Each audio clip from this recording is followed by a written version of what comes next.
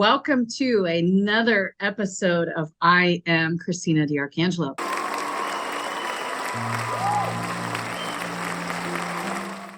And today we have an international episode, which I so much love, with having my guest on today with me, Shabnam. Thank you so much for joining us. Why don't you tell everybody a little bit about yourself? Hi, first of all, thank you so much for having me. I'm so excited for having this conversation with you.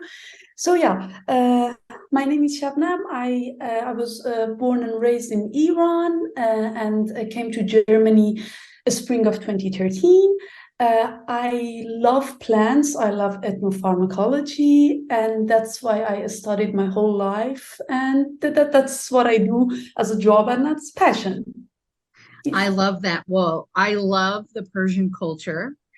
As you Thank know, I'm Italian, so I'm not Persian, but I always talk about my adopted Persian family because we were talking over email, I think, about Yes. some of this. Because when I moved to California in 2005, I met a Persian gentleman out in one of the biotech companies I was working at. And he was amazing. And he invited me because I had no friends when I moved out there. Like I just moved for work. I had a Okay. dog. That was it. And so I move out to California and he says, DiArc, because everybody calls me DiArc in the biotech space, you should come to dinner to my family's home. And, I'm an East Coaster. So it was like, I don't know. And he was like, no, please come. So I said, okay. And I go and I meet his wife and his daughter, and they lived on the bay. So right on the water. It was beautiful, their home. And we had Persian food. And that was my first time ever eating Persian food. And then learning about the Baha'i culture. I got to tap my toe a little bit into that pond there. And let's go forward now. It's 2022. I converted to a Baha'i. I have Iranian. I have Iranian art in my home that they've given to me over the years. I have embraced the culture, I always say my adopted Persian family, because I appreciate it so much. And so when I met you through LinkedIn, and I saw that you work in the cannabinoid space, you're a woman, you're a scientist, you're a researcher, you're Persian. I was like, oh my gosh, I have to bring her on because, in CD fashion, we always try to bring people on that we can demonstrate that we're the same. And so looking at me, no one would think, oh, well, what does she know about? I even understand Farsi. I helped them put their library together. Swear to God. So I just appreciate your culture and everything, that I've learned, and I continue to learn from you guys. And I've been watching everything that's been happening with Iran, obviously, because it's just horrendous what's happening over there. And, we need to do better, with letting people be who they are. Yes. Exactly. It's very sad. It's very sad, a story what happenings to these kids, but also at the same time, it's a heroic story. It's like a female divine power that softly ripples through genders, generations, and geographical border and ignite change and revolution. I'm sure that the revolution is coming soon, and it's a woman's revolution in Iran. I'm so sure about it. I love it. I love it because watching how condemned the women of Iran have been their entire life, talking to other Persians like yourself about their struggles, men and women who have had to defect for various reasons. I mean, I told you about my Persian family. They had to leave because they were Baha'i. They were prosecuted because of religion, which, Yeah. I mean, in itself is crazy to me because as long as you're believing in something and you're acting in a proper way, meaning you're not committing crimes, you're just loving people the way you love them in your way, and you believe in a higher power, whatever that is, what's the problem? I don't understand what the problem is. And I've noticed, like, when I tell people I'm Baha'i, people here on the East Coast, they don't know what it is. So they look at me like I'm like I'm a weirdo, right? Like it was something wrong. And I'm like, really, it's one of the most universal religions in Exactly. the world. I Yes. I studied all these different religions. I grew up Roman Catholic. Hello, my name tells you that I must have been Catholic at Yes. one point in my life, right? And I studied all these different things over the years, and I never found a religion that accepted me wholly. I felt this is Oh, my opinion. Other people can disagree with me, but this is how I felt. And my opinion is important because it's my choice on what I do. Just like we were talking about with Iran and women, it should be their choice what they do. exactly. I mean, a couple of days ago, I was talking with my best friend. I mean, she lives still in Iran. I haven't seen her for 6 years, which is like very sad. I mean, although at the moment economical situation is very bad, very bad, her voice was full of hope, full of hope. She said, Shabnam, you have no idea. Every time I go out, I see these brave young ladies without hijab here and there. For me, it's like something, it's the light end of the tunnel that I can regain those years that I couldn't live. So it's a hope for me that I can live again. And that's for me was so happy to hear, because you have no idea that the last couple of years, the economic situation, the political situation, everything goes really down and get worse and worse every day. So that was so nice to hear her voice again, so happy and so hopeful. And yeah, I mean, we can all pray and I don't know, send our positive energies that good days come soon for Iranian people, especially Iranian brave girls and women. Mhm. Because it's been years and years of abuse. And it's Exactly. time. It's time, It is. it's really time for us to step up and come to the plate. And it's not just people in Iran. I'm Mm. not Iranian, as you know, but I'm behind it because it's the right thing to do. So it's like we've got to come together and show humanity that we're one instead of being in a divide all the time. Before we got on here today, we were talking about that a little bit, and I was like, darn it, we should have been shooting, because it was, we were talking about this, like, why can't we all just get along? Like, why can't, like you gave a great story about being in I think it was a cafe, right? With Exactly. multiple cultures and they're at odds with each other, but you found commonality and And that was so beautiful. A beautiful evening. We were all laughing. We were so that was one of the most beautiful nights of my life. And all the time I was thinking, okay, why in Iran, since we are small school children, they say into our ears, down with US, down with Israel.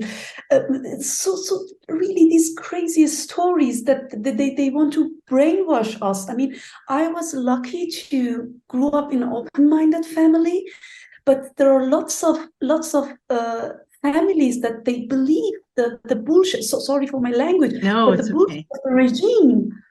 Yep. And No. they consider themselves as God. I mean, they a couple of days ago they said one of the protesters he get the death sentence because of enmity to God. Like, did they consider themselves as God, and that's just disgusting and horrible. It So is. yeah. You know, even being at odds in your own family, it happens at times. I know when I decided I was going to convert to Baha'i, it was while I was still in California. And Mm-hmm. I was hanging out with all the Baha'is. I was going to the firesides. I was really watching and learning and loving people. And so when I decided that that was it, I was transitioning to a Baha'i, I did. And when I had my son, I told my ex-husband that our son, even though his name is Christian, because he's named after me, I was effective in winning that battle. Christian is going to be raised a Baha'i because Yeah, that is what I believe in. yeah. And that is how this child is going to be raised because my ex-husband didn't practice as a Baptist. And we're not Mm-hmm. going to fake we do that a lot where we're like, oh, I'm a Baptist, but they don't go to church. They don't practice anything. They don't observe holidays. They don't hang out with other Baptists that are good people or whatever. I'm not picking on Baptists. I'm just saying in general, right? It's like every religion. Yeah. But so I wanted to make sure that that was what we were going to do. And so luckily that I won that one too. And so Nice. Christian is a Baha'i. And so everybody thought he was a Christian though. When I had him, my ex-husband's family would send like they sent bears that talk about I love Jesus. Now, being Baha'i, we learn about every religion. We accept everybody. We observe other things in other religions. We're very, kind and embracing and but Christian is a Baha'i. And he was little at the time. And I don't want to confuse him that we love Jesus, but we forgot about being Baha'i because we love Baha'u'llah too. And the Bob and everybody. So that was kind of annoying for me. I was like, what? So I gave the bear away to one of my other friends who is really Christian. Okay. I was like, listen, share this with your sister who's having a baby. She can have this bear because you guys are very Christian and you're going to love this Jesus loves me bear because I don't want this in my house because it's going to cause confusion right now because he's at a formative age. You can't, you're trying to entice him. That's not how this works. Leave me alone. I think I've demonstrated I'm a pretty good mom. and the confusing or the crazy thing is that almost all of the religion in the world, they are saying the same thing. Act good, be good. There is some superpower that have the it can protect you. You're gonna go back to it. And why all these religions, most of them, they are fighting each other to prove which one is better or which. I don't know. It's it's a brainless battle, I think. I agree with you. I mean, like I said, my journey of trying to figure out what religion I fit well with because I felt like in my mind I needed to have something that I belonged to. Okay. And Catholics, I mean, Francis wasn't in charge back in the day when I was exploring this, right? And if he had been, maybe I would have stayed Catholic, right? We did not have a progressive pope back then. He was not a nice man. It was after John Paul died, the third, and then what happened. So then, this is where we were. And I'm like, I can't even speak up as a woman. In the Catholic religion, we have no place where we had take a vow of poverty, the nuns, and I'm like, well, wait a minute. I'm a leader when it comes to work. I don't understand why I need to be pushed down in my religion. I can't live like this. This is a hypocritical thing for me. So that's when I started my journey. And so I learned about all different areas of Judaism, Hinduism, Buddhism. I'm telling you, I was doing it. And I found all these special characteristics in all of these religions. And I'm like, wow, look at these beautiful things. Why can't we embrace this as a nation, a world? Yeah. It's more like it's less have less to do with beliefs, but more to do with power. Is nothing about really, because if it was about a divine power or a divine power inside us or a spirituality, that wasn't so much confusion, or how do you call it, confusions, wars, and these crazy things around that. I mean, look, at the name of Islam, they are doing the most brutal crimes in Iran. I mean, in the name of Islam, for God's sake, never ever God want this. No, we're not supposed to kill people in the name of religion. That's not what we're supposed to be doing. We should be able to express ourselves. Yes, we might not always agree. You and I might not always agree, but we respect each other, right? As humans, as women, as whatever you want to call us, Like, why can't we just be respectful? I don't know. I grew up that way. I'm sure you've grown up that way, like where your parents taught you to be respectful. Yes. Yeah. Yeah. But hopefully, little by little, I'm very much, I have a lot of hope in our young generation because they grew up with internet. Their mindset is different. They don't let other people tell them what to do because they how do you call it, grew up with finding new stuffs on internet. They had like this access to this huge amount of information. Yeah. So they are very much think they think differently, and I really respect that. Yep, I love it. I'm smiling this widely because I have my kid's going to be 10 in February. Oh, And nice. so yeah, so watching Christian grow amongst the years, and he's a biracial kid too. So, he's a little different. And he's and his parents do polar opposite careers. His dad is blue collar, his mom has a white collar job, but I grew up blue collar, so I work more like a blue collar person, but I'm a white collar person. So the kid, he questions things and asks for opinion. Like, can you talk to me about this? Like, I heard this, or so and so said this, and what do you think about this? And like, I love that, like that he conversates with me, which was not something we did as kids growing up. Like, it was like, oh no, you didn't ask questions. It was what it was, and that's what it was. And that's it. Good, bad, indifferent. That's just the way it was. So, I love that they question. I love that they want to explore.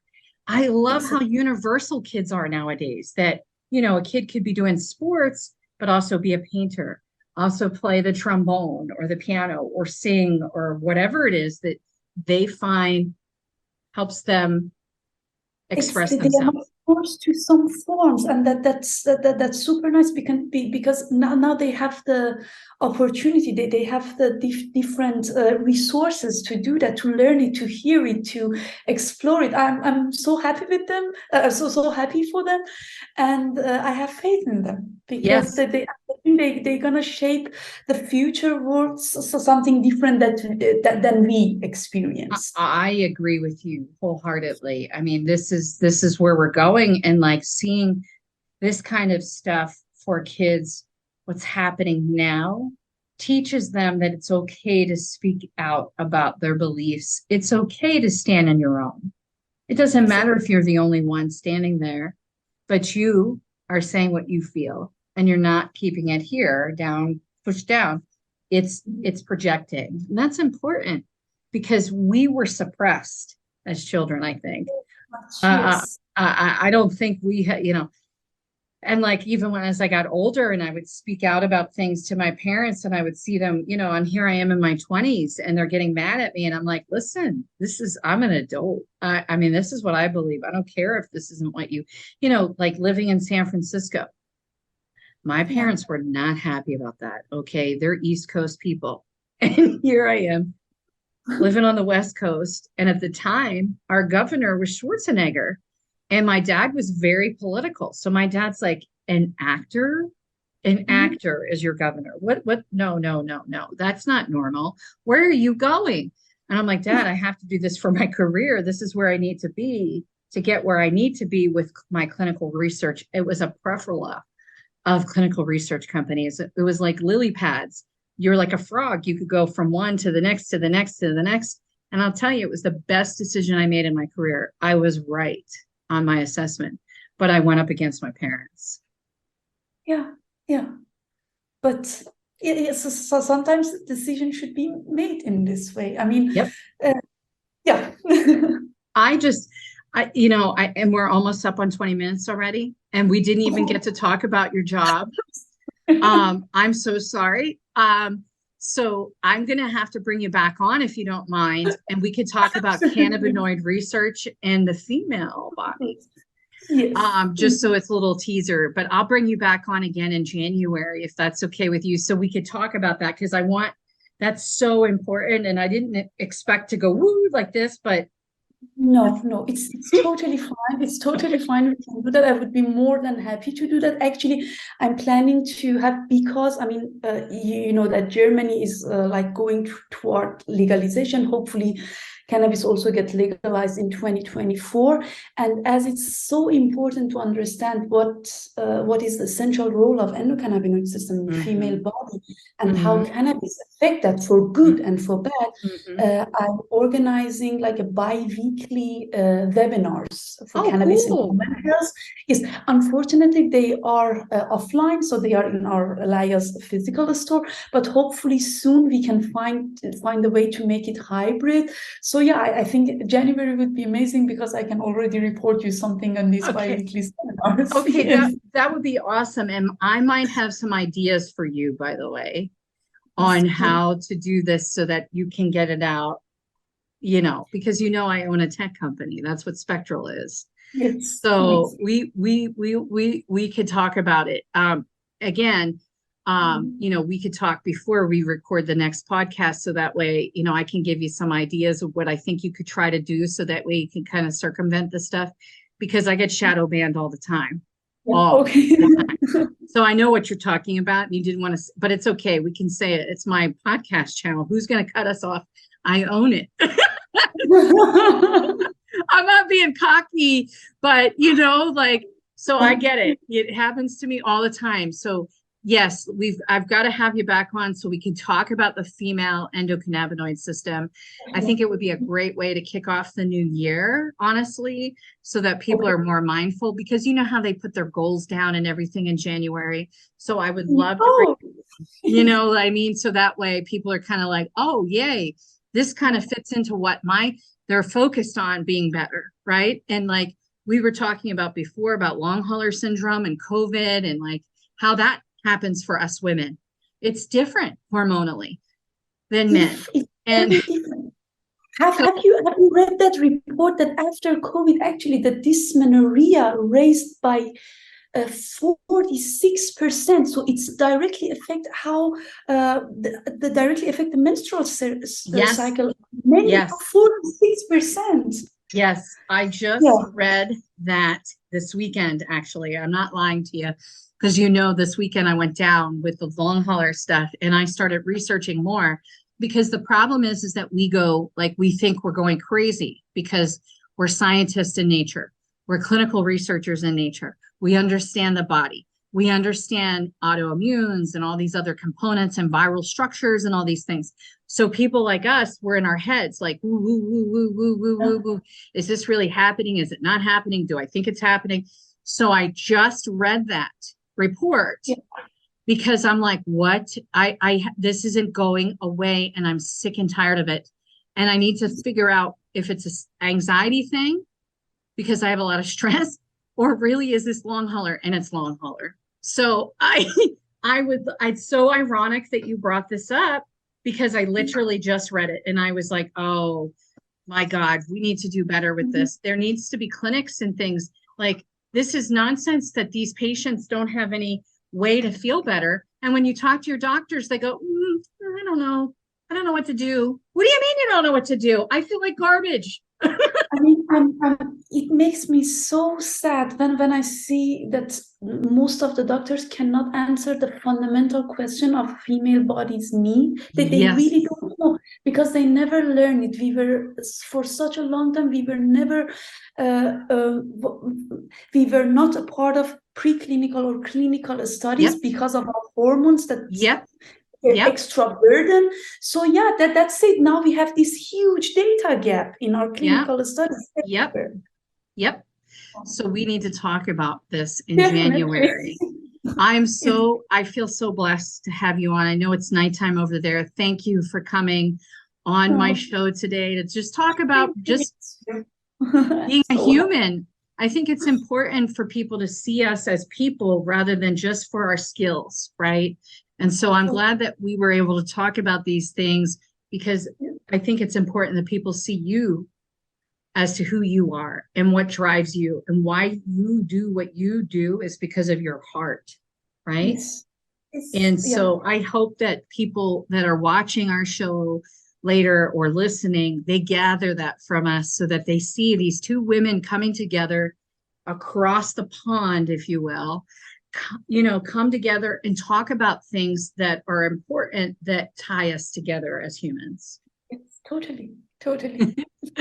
Well, thank you again so much Thank for you being for on having today. me. We're gonna talk soon again. This for sure, I promise you, because your word is all you have. Totally. And as I always say, every episode, remember, we are the same. I am Christina DiArcangelo. Thank you.